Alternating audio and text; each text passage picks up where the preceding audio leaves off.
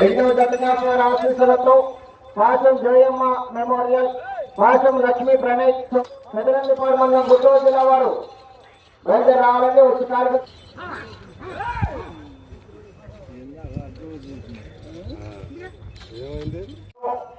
ఆరో బహుమతి 15,000 రూపాయల మొత్తాన్ని బహుకరిస్తున్నటువంటి బహుమతి దాతలు ఎర్రం రాజశేఖర్ గారు, ఎర్రం యశ్వంత్ గారు, చోడపాడు వారి యొక్క తండ్రి గారు ఎర్రం వెంకట్రావు గారికి స్వాగతం సుస్వాగతం.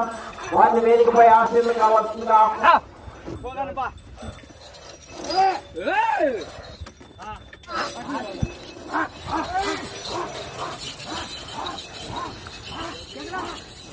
గిద్దలూరు మండలం ప్రకాశం జిల్లా వారి జత 4 పళ్ళ విభాగంలో మొట్టమొదటి జత ప్రదర్శనిస్తున్నాయి.